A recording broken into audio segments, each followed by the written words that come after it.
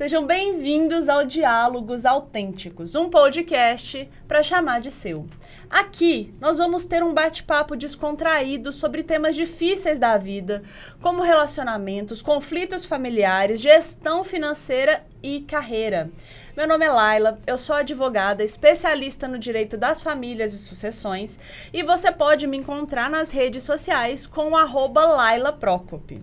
E compondo esse podcast comigo, nós temos mais 3 especialistas, uma médica residente de psiquiatria, uma psicóloga e uma planejadora financeira. Olá, eu sou Raiza Torres, eu trabalho com planejamento financeiro e você pode me encontrar nas redes sociais como Raiza L. Torres.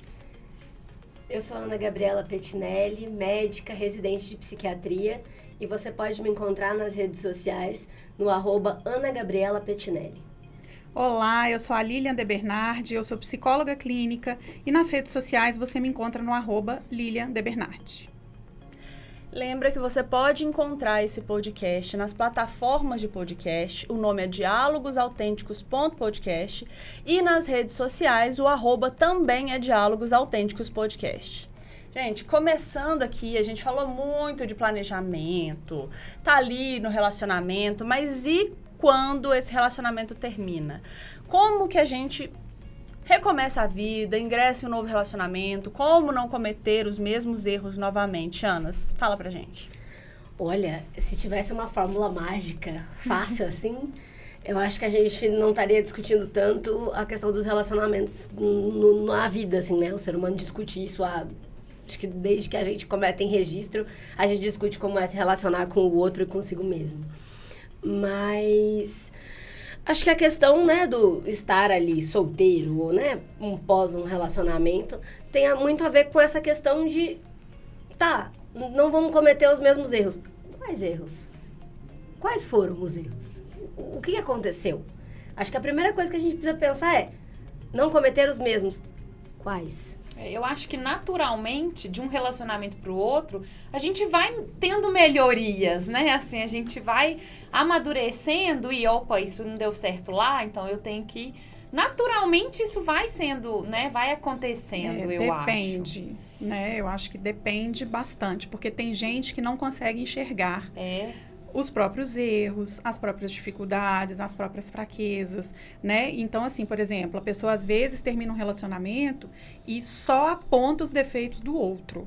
Não consegue entender que ela teve participação naquele rompimento, né? Porque no relacionamento, quando o relacionamento não dá certo, é 50% para cada um, né? Então, mas tem pessoas que não enxergam. Então, meu casamento deu errado por causa dele, né? Ou por causa dela, do meu parceiro. Porque ele faz isso, porque ele faz aquilo. Mas e eu? O que eu fiz? Qual foi a minha contribuição naquilo, né, que aconteceu? Então, nem sempre a pessoa consegue enxergar isso tão claramente, assim, tão facilmente. Então, às vezes, ela entra num outro relacionamento igual, com a mesma postura, com a mesma forma de agir, com os mesmos pensamentos. E olha que engraçado, né? Porque isso é uma coisa que eu sempre me via, assim, terminava um namoro, pro próximo eu melhorava. E eu falava, gente, né, imaginava, todo mundo deve ser assim, né?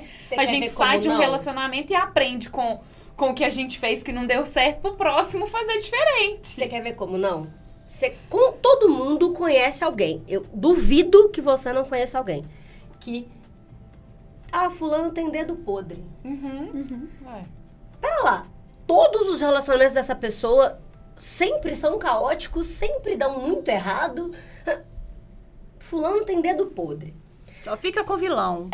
O que tá acontecendo? Porque, assim, todo mundo do mundo é ruim, só fulano que é bom, e aí ele tem... Não, pera lá. E aí tem até uma analogia de um texto do Rafael Magalhães, é um autor brasileiro, que ele é um autor independente, tem alguns livros muito legais, inclusive, que ele faz uma analogia muito boa, assim. Ele fala que se você sai para comprar melancia, você vai no mercado, compra melancia. Você comprou melancia, a melancia veio estragada. Aí você vai no outro mercado, outro dia tenta comprar melancia de novo, a melancia veio ruim. Não vou mais comprar melancia no mercado. Você vai na feira, compra melancia, a melancia veio ruim. Nenhuma melancia presta ou você que não sabe comprar melancia? A questão é em quem tá tomando a decisão de estar naquele relacionamento. Qual que é o padrão que tem nesses relacionamentos que essa pessoa tá repetindo ali? Ela só fica com pessoas, às vezes estão emocionalmente indisponíveis. Parece que eu gosto das pessoas, as pessoas não me... Tá. O que tá acontecendo que você só tá indo atrás de pessoas emocionalmente indisponíveis? Por quê? Ou então assim, não, toda vez que eu entro num relacionamento, meu relacionamento termina porque eu fui traído. O que tá acontecendo que você só está se relacionando com pessoas que não estão cumprindo aqueles acordos que te substituem em algum momento, que não cumprem um acordo com você? Você tá entrando nesse relacionamento, só que as pessoas não enxergam isso. E aqui, Ana, eu queria até fazer uma pergunta para você e para Lilian. Por quê? Nós temos vários psicólogos de Instagram, e aqui eu não tô falando do psicólogo real, tô falando das frases de efeito que são ditas, e às vezes a gente toma algumas como verdade. Esses dias eu li uma e eu queria saber a opinião de vocês sobre ela, que é assim, você sempre entra em relacionamentos da mesma forma, por exemplo, o cara que trai, o cara que não valoriza, isso e aquilo, e a pessoa fala isso é porque você se sente atraído por aquilo com que você está acostumado. Vocês veem isso como uma verdade em algum nível? Em algum nível, sim. Tem algumas questões, né? Mas acho que a Lilian talvez consiga, inclusive, entrar mais no ponto do que eu. Mas é isso, assim. Existe, né? Que eu falo, às vezes, do inconsciente ali. Do que você entende. E aí, às vezes, não tão claramente. Não ali no consciente, não de algo... de maneira objetiva, o que você merece e o que é um parceiro de um relacionamento. Às vezes porque foi o que você viu em casa, às vezes foi porque você reproduziu um padrão e aí você viu alguma coisa em casa e você quer fazer exatamente o oposto. Tem essas questões ali do que você entende como o correto e não é aquela coisa de, eu vou pegar sinais exatamente claros. Às vezes os sinais não são claros, às vezes são coisas ali da nuance do processo, mas que você acaba reproduzindo. Porque a gente não tem comportamentos que nascem do zero. Esses comportamentos, todos os nossos comportamentos, eles são aprendidos. Eles são repetição de algum processo. Então, de uma maneira mais genérica, sim, basicamente você se sente atraído por aquele padrão de alguma coisa que você entende mal resolvido internamente, né, Lilian? Que você entende como algo que é intrínseco. O nosso inconsciente, ele rege muito mais a nossa vida do que a gente imagina, né? E como a Ana disse, né, nossos comportamentos, eles são aprendidos, eles são vivenciados, experienciados, e nem sempre a gente sabe que está repetindo um comportamento, né? A pessoa às vezes não tem essa clareza, né? De que, como a Ana falou, você tem o dedo podre, você está sempre escolhendo um padrão, mas você não tem essa clareza, né? E às vezes a resposta, muitas vezes não, a resposta está sempre em nós, sabe? Por isso que o autoconhecimento é tão importante. Por isso que se conhecer é fundamental para você entender os seus padrões, para você entender os seus pensamentos, para você entender o que é seu e o que é do outro, para você poder fazer as suas escolhas mais assertivas, né? Não ficar só naquele padrão que às vezes é ruim, né? Por que eu sempre escolho essas pessoas? Por que eu sempre estou vivendo esses relacionamentos, esse mesmo tipo de relacionamento, né? São seu inconsciente ali te encaminhando para aquilo lá. Que muitas vezes a pessoa nem enxerga, né? Que ela tá naquele padrão ali de relacionamento, porque ela no ser dela, aquilo ali é o padrão, né? É o normal. Sim. Geralmente, pelo menos assim, pelo que a gente vê do dia a dia, a pessoa enxerga um padrão que ela atribui ao outro. É assim, por exemplo, né, uma mulher sempre... partindo da experiência pra baixo, eu sempre me envolvo num relacionamento em que os caras não prestam e eles me traem. O padrão é seu. É você que tá sempre... você é a figura que se repete nesses relacionamentos. Entende? E aí isso fica meio... O ponto em comum é você, né? O ponto em comum é você. Por isso que eu digo, a resposta está em você e não no outro. E aí fica aquela coisa de, mas então você tá meio que culpabilizando a pessoa que foi traída. Não. Responsabilizando, talvez. Eu estou responsabilizando no sentido de que... Não pelo que de fato aconteceu. A decisão de trair ali tem a ver com quem tomou a decisão, o que aconteceu. Mas a escolha do parceiro faz parte das escolhas dela. E aí ela tem a sua parcela de responsabilidade do acontecimento por estar com aquele parceiro. Foi a pessoa que ela escolheu. Não exatamente pelo ato ali, né? Me traiu porque eu não mereço, eu não valho nada.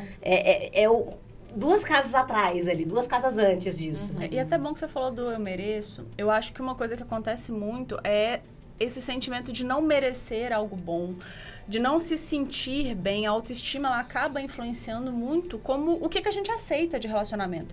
Porque se você acha que você é um zero à esquerda, que você é feia, que você é burra, que você não tem aquilo, você aceita qualquer coisa ali que aparece. É só pra suprir a necessidade emocional que você tá naquele momento ali sentindo, né? Exatamente. E como que vocês veem essa questão da autoestima, do automerecimento, talvez um senso de autoeficácia no relacionamento? Como que a gente pode trabalhar isso para ter relacionamentos mais saudáveis? Então, assim, a pessoa fala muito de autoestima como algo de agora, né? E, não, minha autoestima tá elevada. Tá, são 2 percepções. Uma é naquele momento ali, algo pontual, específico. A outra coisa é o que de fato rege as decisões ali de algo que é assim, não, fulano tem uma autoestima boa. Isso é contínuo. E isso vem de lá de trás. E aí, eu adoro as referências, né? Tem um episódio, inclusive, dos Simpsons, né? Que traz isso de uma maneira muito lúdica, que eu acho que fica muito fácil para entender, em que a Marge, que é a mãe, né, vira pra Lisa e fala assim, nossa, ela veste um vestidinho, nossa, como você tá gordinha. E aí ela entra, isso entra ali pra ela como um referencial, e aí depois passam outras situações e ela puxa aquilo, não, mas eu não sou tão bonita, alguém fala que ela é bonita, não, eu não sou tão assim e tal. Ela volta pra esse ponto porque isso foi algo que ela escutou lá pequena, isso entrou na cabeça dela ali, de que a aparência física, de alguma forma, era uma questão que foi associada ao negativo. Então, é autoestima. Tá, isso tá ligado lá atrás, isso foi algo que ela, da experiência, do vivido, lá no início do processo. E aí não tem assim, não, mas aí então eu vou, né, sei lá, no caso dela, do exemplo ali, eu vou emagrecer e aí eu vou ter uma autoestima boa. Isso não vai voltar ali nesse ponto só pelo simples fato de que ela mudou a forma física. Ela tem que resolver essa questão dela entender esse processo de que não, ela falou, mas ela falou ali, às vezes, sem a intenção daquilo ser um processo, de que ela foi né, de ser de algo duradouro, foi uma pontuação, mas que não tem esse peso todo, e ressignificar esse processo, e entender, né, qual que é a parcela dela, de o quanto ela tomou isso para si como algo verdadeiro, grandioso, que toma conta da vida dela. Entender por que incomoda, né, Ana? Porque eu tenho um exemplo prático da minha vida. Gente, eu não sou um poço de autoestima, não, tá? Mas tem algumas coisas que eu gosto. Eu tenho uma calça, que ela é acetinada, ela é verde, assim, meio folgada, meio balonê. E eu coloquei ela com uma blusa preta e um mocassim, quadradinho.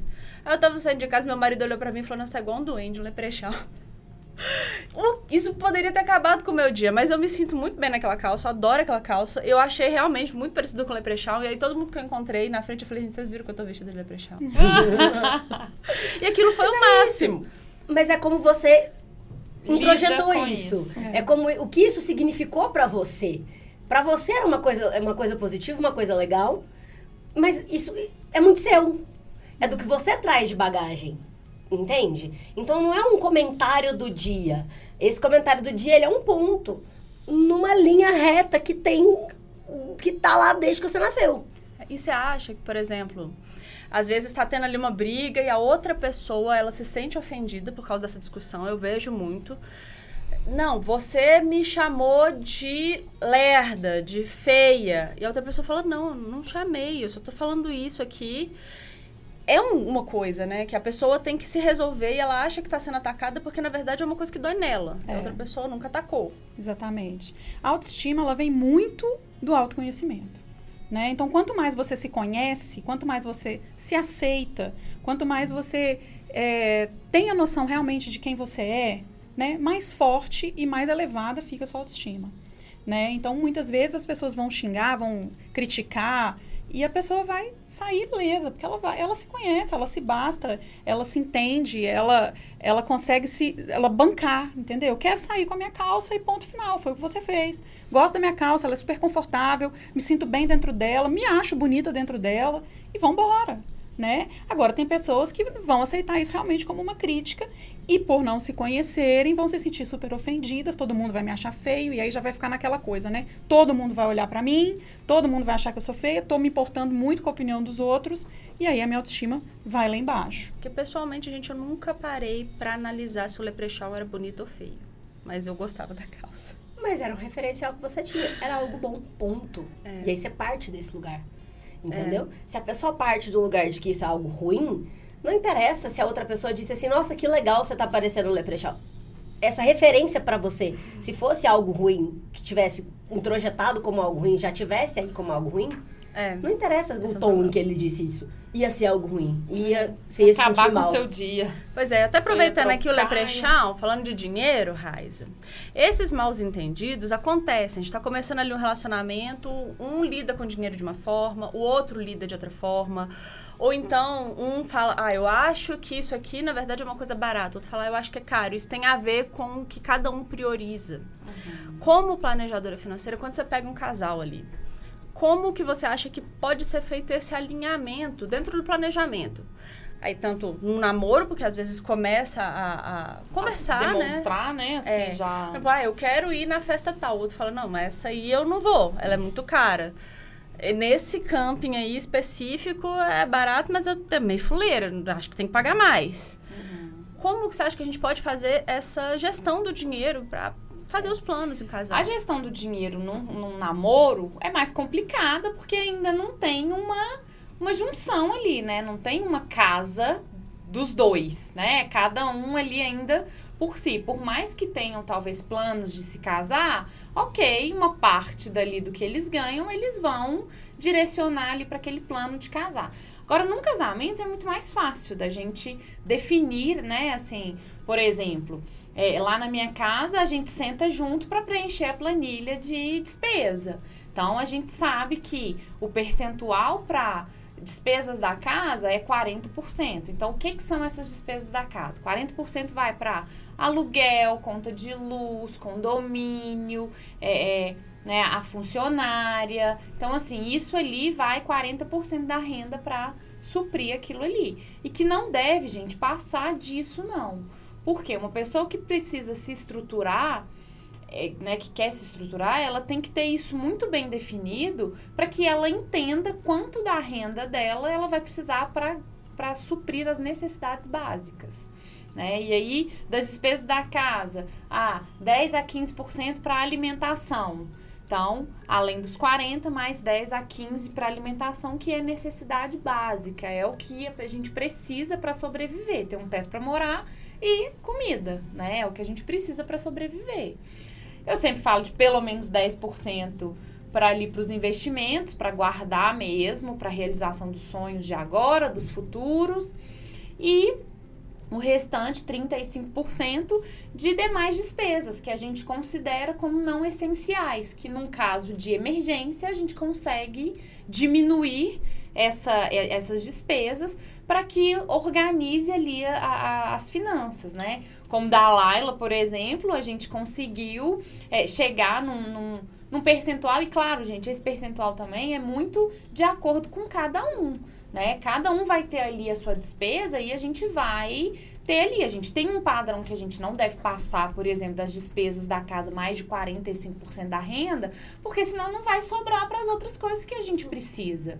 Né? É o que eu falo, às vezes a gente diminui o não essencial, mas é fundamental que a gente não corte 100%, porque a gente precisa de ter vida social, a gente precisa de realizar ali um desejo como a consultoria de imagem, né, em determinado momento. Então, é essencial que a gente não corte 100% do que é considerado não essencial, né, para que a gente tenha combustível para buscar mais, assim, para ir, não, hoje eu tô bem, eu tô emocionalmente bem, eu tô ali sem ansiedade, eu vou ter mais cabeça para eu trabalhar mais e ganhar mais dinheiro, e fazer mais dinheiro, trazer mais uma renda maior para dentro aqui da minha casa. E até sentir que o que você tá fazendo faz algum sentido, né? Exatamente, que não é em vão, porque quando não se tem esse controle, a gente não sabe com que a gente tá, quanto que a gente tá ganhando, né? Como no nosso caso aqui, que a gente é muito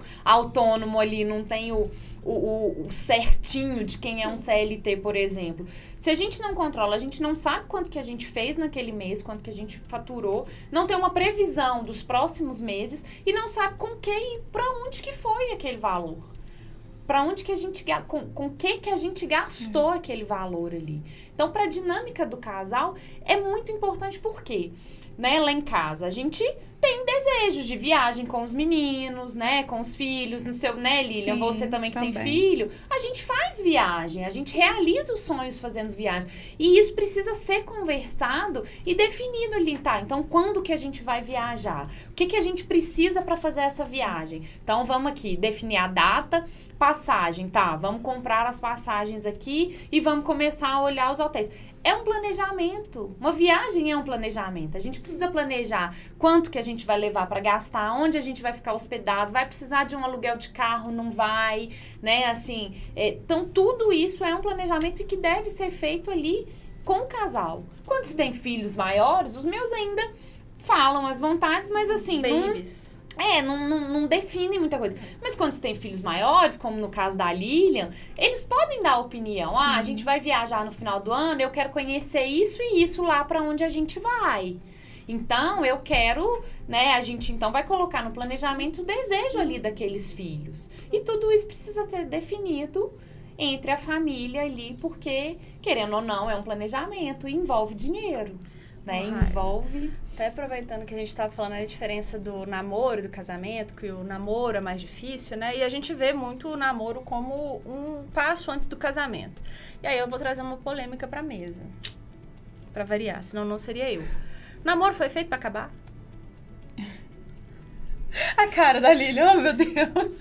O namoro foi feito para conhecer, para você entender como é o funcionamento da outra pessoa. Então, no namoro, ela te dá todas as dicas e deixas do que ela é. Porque, assim, ela pode até conseguir fingir um pouco no início, né? Demonstrar ser uma pessoa que ela não é. Mas ela não vai conseguir fingir por muito tempo. Então, ela vai mostrar quem ela realmente é, né? E esse é o momento de você conhecer a pessoa. E identificar, dou conta de lidar com isso? Isso me faz bem?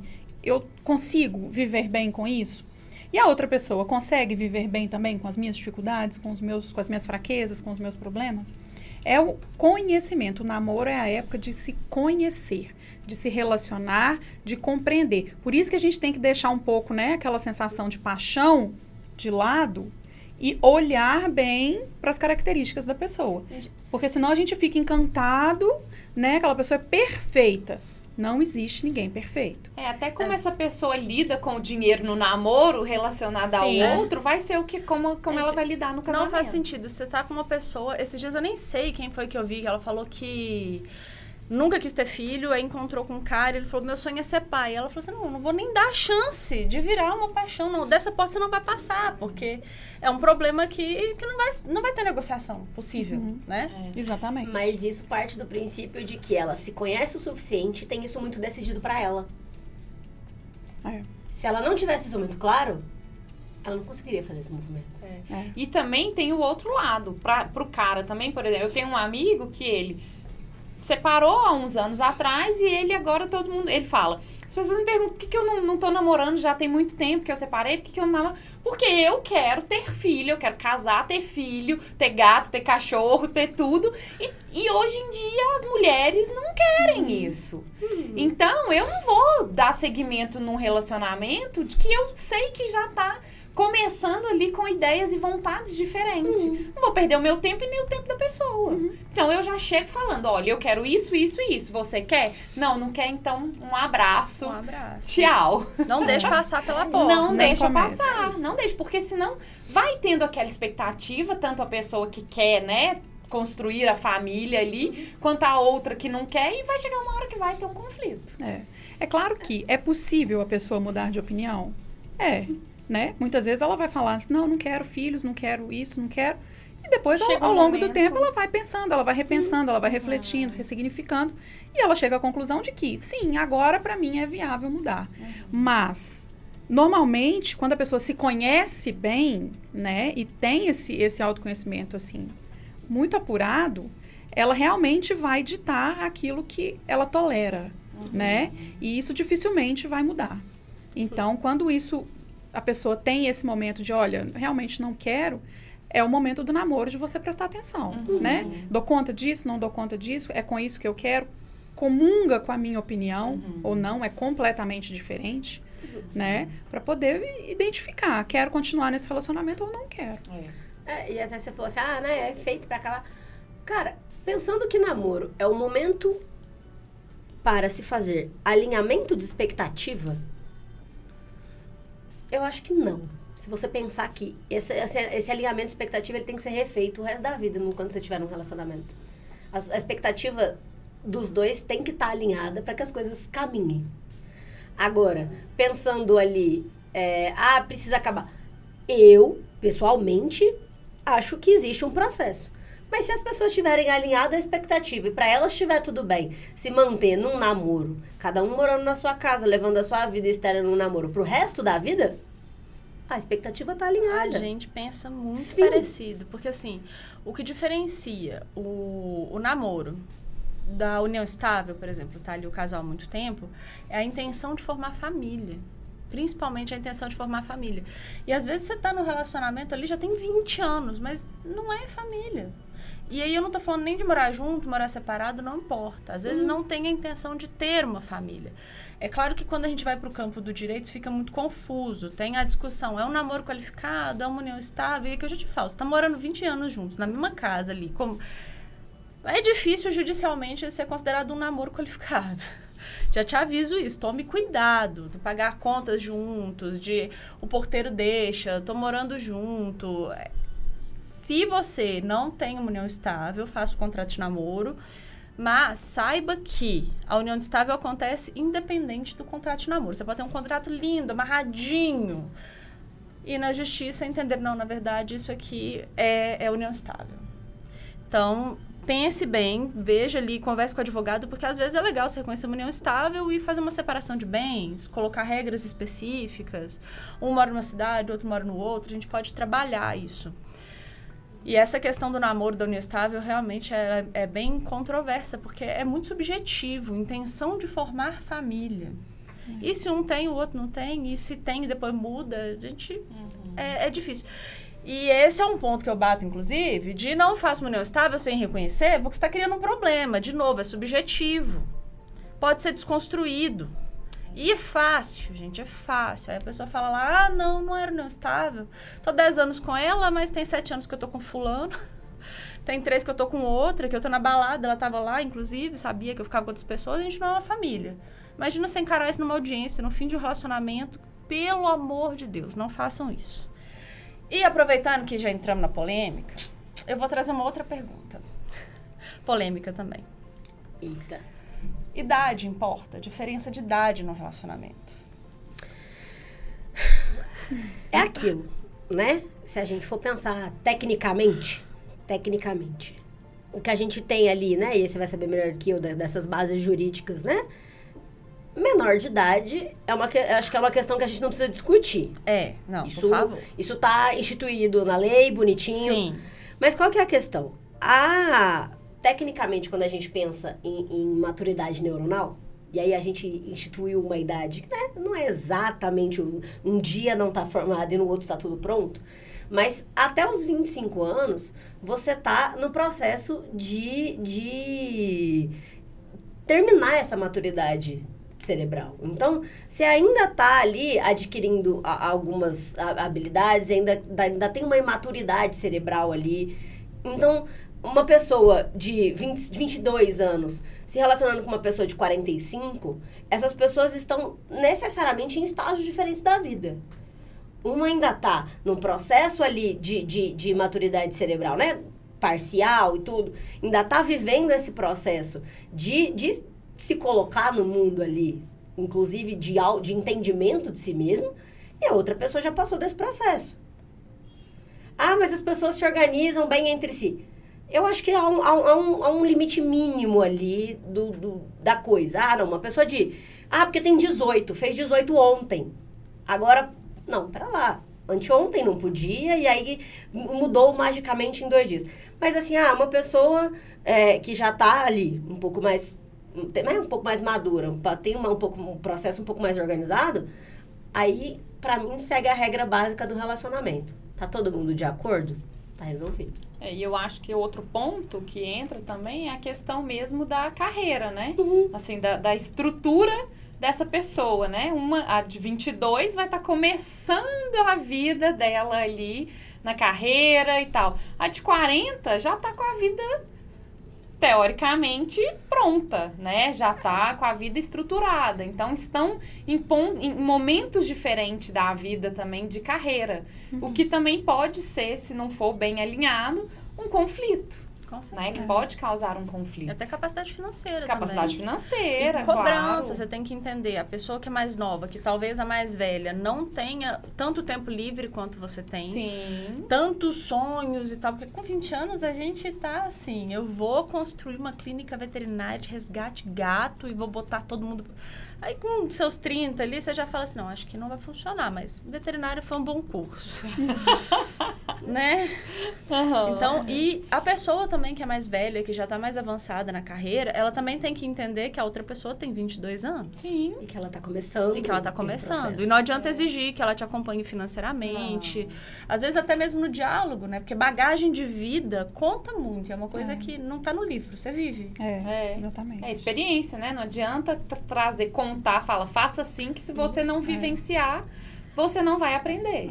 Uma coisa que eu acho que tem que ser muito olhada, assim, diferença de idade, e não me acusem de ser etarista, não é isso. É só um ponto que eu acho que é sensível. Uma coisa é você ter 30 anos namorando uma pessoa de 60. Outra coisa é esse relacionamento durar o suficiente para você ter 50 e a pessoa ter 80. Você tem que saber isso. Vai acontecer. Em algum momento você vai ser uma pessoa adulta, outra pessoa vai ser uma pessoa idosa. Se prepare emocionalmente para isso, porque vai acontecer. Eu acho que não tem problema nenhum, né? Você ter diferenças de idade, se tudo é bem acordado, né? Eu sei que a pessoa tem uma diferença de idade muito diferente da minha, eu compreendo, às vezes são gerações diferentes, né? Como você mesma falou, uma pessoa tem 30, a outra tem 60, né? São gerações totalmente diferentes.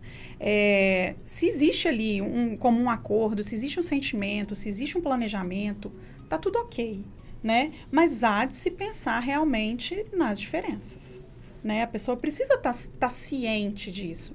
Tem muita diferença de idade, tem uma diferença geracional, tem uma diferença de valores, de pensamentos.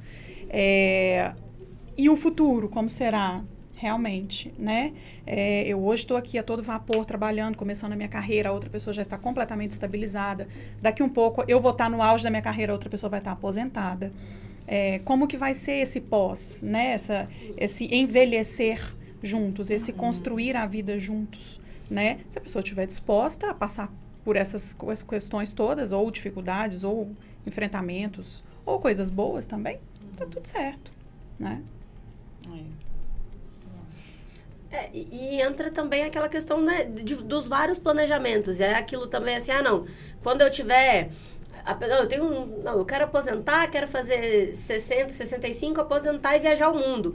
Aí quando eu tô com 65, eu tô com uma pessoa que tá com 35, que tá com 40. E a pessoa ainda tá no auge ali da carreira, na velocidade da coisa toda. Essa pessoa não tem essa disponibilidade de entrar num avião e viajar o mundo, porque ela não tá aposentada. E aí? Nós vamos fazer como? Como é que nós vamos organizar essa conta? Isso não é compatível se isso não estiver alinhado.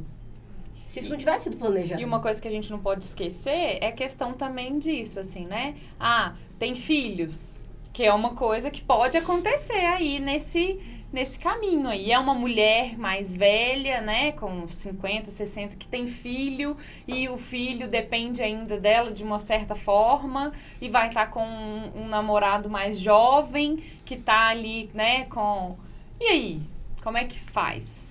né? Como é que vai ser essa dinâmica? Autoconhecimento e planejamento de novo. Exatamente. E como a gente estava... Desculpa, Raiza, eu te cortei. Não, a gente sempre vai voltar nesse... a gente sempre volta, não tem como.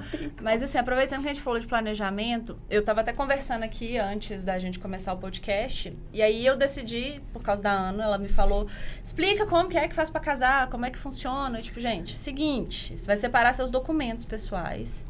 Geralmente ali identidade, comprovante de endereço e a sua certidão de nascimento atualizada dos últimos 3 meses, mas varia de cartório para cartório, então confirma antes. Você vai levar no cartório e vai dar entrada no casamento. A entrada no casamento vai ter os proclames, que é basicamente a publicação de que vocês estão se habilitando para casar.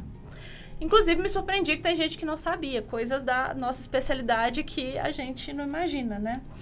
E aí, 16 dias depois, salvo engano, você já pode assinar ali o casamento. E só para frisar, gente, o casamento é ato solene. Então, sem brincadeira, sem piada. Se você falar que não aceita, você não vai poder casar naquele dia. Se alguém falar, eu tenho algo contra, você não vai poder casar nesse dia. Oriente as pessoas que vão estar ali no casamento, porque eu mataria um.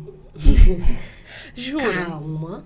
É isso, no civil, né? O juiz não faz. Se Não tiver faz. qualquer brincadeirinha, ele não pode estar na para, lei, gente. Está na lei, não ele pode. para ali aquele casamento e não dá sequência. Me corrija se eu estiver errada, mas até aquela questão de ter um sinal de hesitação ali é suficiente. Dependendo do tipo de sinal, sim. Mas aí vai depender muito de como vai ser interpretado ali no momento, né? Se você virar de costas e falar assim, vai estar brincadeira, com certeza não vai acontecer. Agora, se ele falar, eu vi medo no olhar deste homem, pelo amor de Deus, né? Tem essas questões. Mas porque, né, contextualizando, perguntei isso, né, de como é que faz tudo. Porque a gente falou assim, não, beleza, a gente fala muito de planejamento. Mas são coisas que são, às vezes, burocráticas, que a gente não sabe nem como se planejar, qual que é a sequência dessas coisas, e, né? Aí você falou aquela coisa dos proclames, acho que não era um dado claro para nenhum de nós, assim, tipo, pera, isso existe, tipo, precisa, é publicado, tem E até o pacto antinupcial, que eu falo muito, tem gente que pensa que vai chegar lá no cartório e vai fazer junto com o casamento. Na verdade, você vai pro cartório de notas. E você leva isso quando você for fazer o casamento. E depois você tem que averbar isso no cartório de imóveis da sua cidade. Então, tem um passo a passo. Processo. Então, não é simplesmente... Fizemos uma lista aqui do que tá acordado, vamos lá e... Não é habeas corpus, gente. No direito a gente tem a piada que habeas corpus pode ser escrito papel de pão com o seu próprio sangue, assim, que vai. Não é habeas corpus. Tem regras ali, né? Tem que planejar. Tem que planejar, exatamente. Conversa com o advogado. Conversa com o advogado. Porque não adianta você virar para o advogado e falar, mas eu já dei entrada ali, já fiz a habilitação, semana que vem, 2 dias eu tô casando. Vamos fazer um pacto? Vai dar tempo. Não dá tempo. Mas aí também não tem problema de, após fazer esse pacto e dar entrada depois. No cartório, a gente não consegue fazer. Se você quiser mudar as regras do casamento, tem gente que fala do contrato intrafamiliar. Quer escrever um contrato, registrar. Eu acho isso... Eu sou mais conservadora. Não gosto. O que eu acho o mais adequado é uma ação judicial para o juiz explicando, vai fazer uma ação para alteração do regime de casamento, mesmo que você mantenha ali o mesmo, e aí, na verdade, você vai incluir esse pacto, porque aí você vai averbar essa decisão lá no cartório. Então, é um trampo. Então, o ideal seria fazer isso antes. O ideal é fazer antes. É menos trabalho. Justo. E é bom pensar também, gente, que vai ter que pagar custas, tá? No casamento, no cartório de notas, no cartório de imóveis. Quando você for distribuir a ação, se for mudar regime, paga. Se for averbar, paga. Então, né, Raiza? Então planeje-se. Porque os custos não são baixos, né? Não são baixos. Eu vou te falar que provavelmente o que você vai pagar para o advogado é pau a pau com o que você vai pagar para os cartórios. Não é barato. Então, precisa se planejar, se organizar, fazer tudo bonitinho, para planejar tempo, para planejar custo, para planejar... Já coloca na planilha do seu casamento, da sua festa, que isso aí vai ter que entrar ali, né? Pois gente, eu não entendo como que a pessoa passa um ano inteiro escolhendo vestido de noiva, que ela vai usar por 5 horas, e não consegue perder 2, 3 horas da vida dela para escolher as regras do próprio casamento. Mas isso não era comum, né? Isso a gente vem construindo aqui ao longo do tempo. né? Os casamentos antigamente, além né, Seriam primeiro impostos, eram né? impostos arranjados e a família que determinava como é que ia ser e tudo mais. Depois, com a liberdade de escolha e tal, foi se mudando isso. Mas essa cultura de se planejar, de se fazer pacto, de se fazer contrato, isso é muito recente, né? Então, as pessoas casavam e nem pensavam nisso. Certo, né? E muitas vezes, e o casamento também sempre teve essa cultura de ser para a vida inteira. Era pra né? vida inteira. Então, tendo ou não tendo problema, você tinha que ficar lá, naquela relação. Né? Então, eu acho que tudo é muito novo. Tanto os casamentos, como os regimes de casamentos, os contratos, os pactos, quanto os divórcios.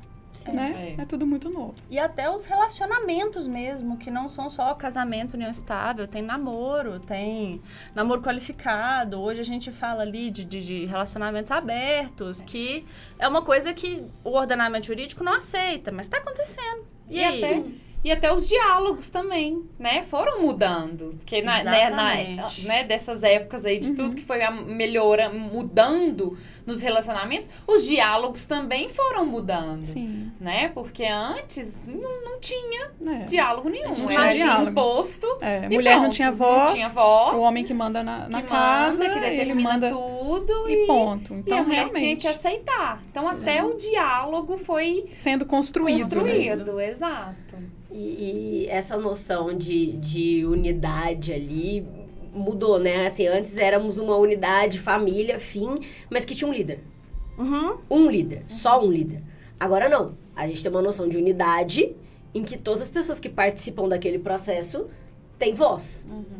E isso muda, inclusive, como a gente organiza e planeja tudo isso, né? Porque a proteção jurídica, eu já falei isso em outro episódio, passou do Instituto Casamento para o indivíduo e seu desenvolvimento. Isso muda tudo. Porque a gente não está protegendo o casamento, a gente está protegendo as pessoas. Isso é interessante, porque aí acaba com essa hierarquia, com esse papel de gênero. Gente, é recente, isso da época da minha avó, não lembro o ano certo, antes do Estatuto da Mulher Casada. Você precisava de autorização para trabalhar fora. Fala sério, a mulher era submissa ao homem por força de lei. Então, realmente, mudam-se os relacionamentos e a gente precisa mudar a forma de ver esses relacionamentos, de planejar, de pensar num pacto, de estabelecer regras, porque talvez o que a gente já tem posto não esteja mais servindo. Exato. Né? E a questão do planejamento financeiro, assim, né? Que a gente falou ali um pouco. Mesmo que dentro dessa dinâmica ali, um tenha, né, a responsabilidade financeira, que foi o que a gente também falou no episódio anterior ali. Não, você vai ser o responsável financeiro pela casa. E você vai ser o que vai administrar, As decisões independentes, se você contribui menos financeiramente, as decisões têm que ser em conjunta. É até difícil dizer se a pessoa contribui menos financeiramente, porque é aquela questão para que você possa estar fora de casa 8 horas por dia, na verdade que acabam sendo mais, né? Tem deslocamento, a coisa toda ali, 8 a 10 horas por dia, pra ir e não se preocupar se o seu filho comeu, se tem as coisas, tem comida na hora que você chegar, porque vai ter, né? Alguém fez mercado, alguém organizou, isso tudo tem um custo. Isso você teria que... Se você não tivesse essa pessoa, você teria que pagar alguém para isso. Então, assim, você tá deixando de pagar ali diretamente, mas essa pessoa tá pagando essa estrutura ali com trabalho também. Quanto seria pagar uma babá, uma pessoa para gerenciar a casa, uma pessoa para gerenciar o dinheiro, fazer as compras, uma pessoa para ficar te escutando, te dar aquele suporte ali, porque isso também é apoio, gente. Tem aquela pessoa que fala assim, não, calma, eu tô do seu lado, vai dar certo.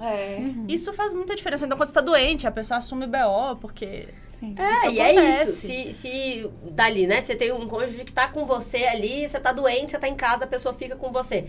Se você estivesse sozinho, e aí fosse uma coisa, às vezes é uma coisa mais grave, entra outra conta, outra pessoa, e você teria que pagar pelo menos um enfermeiro pra ficar com você, pra te manter cuidado, ou pelo menos um cuidador. Então, isso são coisas que são feitas pelo cuidado, que na verdade, se você não tivesse aquela pessoa ali disponível para isso, você teria que pagar profissionais para fazer isso. E para quem acha que isso aqui é uma balela, Que tem gente que vai falar, não, o que vale é o dinheiro. E eu sei porque eu já fiz uma pesquisa no meu Instagram. Saibam que o STF já se posicionou nesse sentido, tá?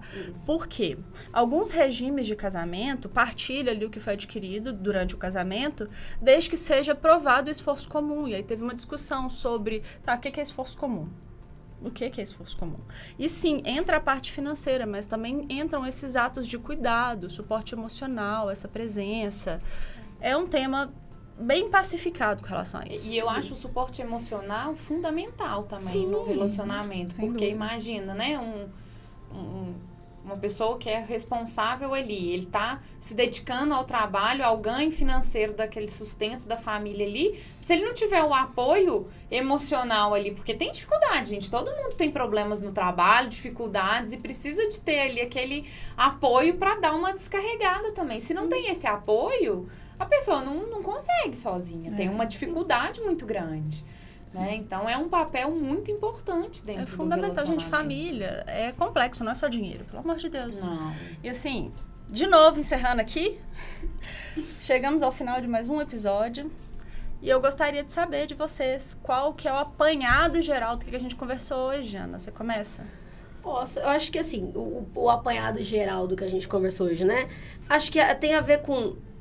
É um processo. Você precisa se conhecer para conseguir conhecer o outro e vocês estruturarem um relacionamento para que as coisas deem certo e consigam planejar as coisas para não viver sempre no meu Deus, e agora o que aconteceu, sabe? E transformar isso num processo mais simples.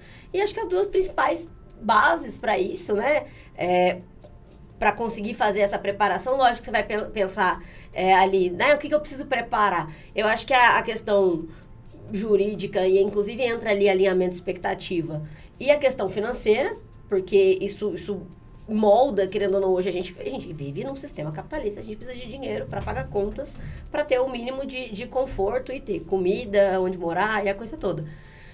Mas tudo isso só acontece e só funciona se você está bem com a sua saúde mental e o seu autoconhecimento. Sim. Senão isso não anda, isso não roda, isso não acontece. Isso não tem como funcionar. Eu acho que o que fica, né, pra gente aí é essa questão mesmo, né, do autoconhecimento, de você se conhecer, de você se planejar, de você se organizar para ter uma vida equilibrada, de uma forma geral. Seja no seu relacionamento, na sua família, seja no seu trabalho. Se planeje, se conheça, aumente a sua autoestima de alguma forma, né, para que você tenha uma vida mais equilibrada mesmo, né? Então, eu acho que, de novo, a palavra é planejamento e autoconhecimento. E eu acho que, além, né, de tudo isso que vocês falaram também, só para complementar, é a questão da maturidade também, né? Tudo isso vai trazer uma maturidade e esses assuntos serão tratados com mais leveza, né? Que quando a gente amadurece, vai amadurecendo, a gente vai falando desses assuntos mais complexos com mais tranquilidade, com mais leveza, né? Os diálogos vão ficando mais leves, né? Mais autênticos. Mais autênticos. Exatamente. E assim, o meu apanhado de tudo que a gente conversou aqui é: no Brasil, você pode escolher as regras do seu relacionamento, desde que não seja ilegal. Então, tendo essa possibilidade de escolher, escolha. Assume a responsabilidade pelo que você está construindo.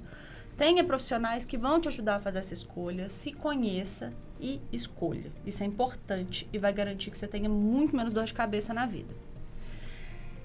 E a gente está terminando aqui mais um episódio. Se você gostou disso aqui, se você gostaria de poder contar com o apoio de alguma das profissionais que está aqui na mesa, os nossos contatos vão estar na descrição do vídeo. E lembra de assinar o canal no YouTube, de marcar o sininho para você não perder os próximos vídeos e de nos seguir nas redes sociais também, né, gente? Pelo amor de Deus. Bora seguir. A gente já falou aqui, os contatos estão na descrição. E eu te vejo no próximo episódio.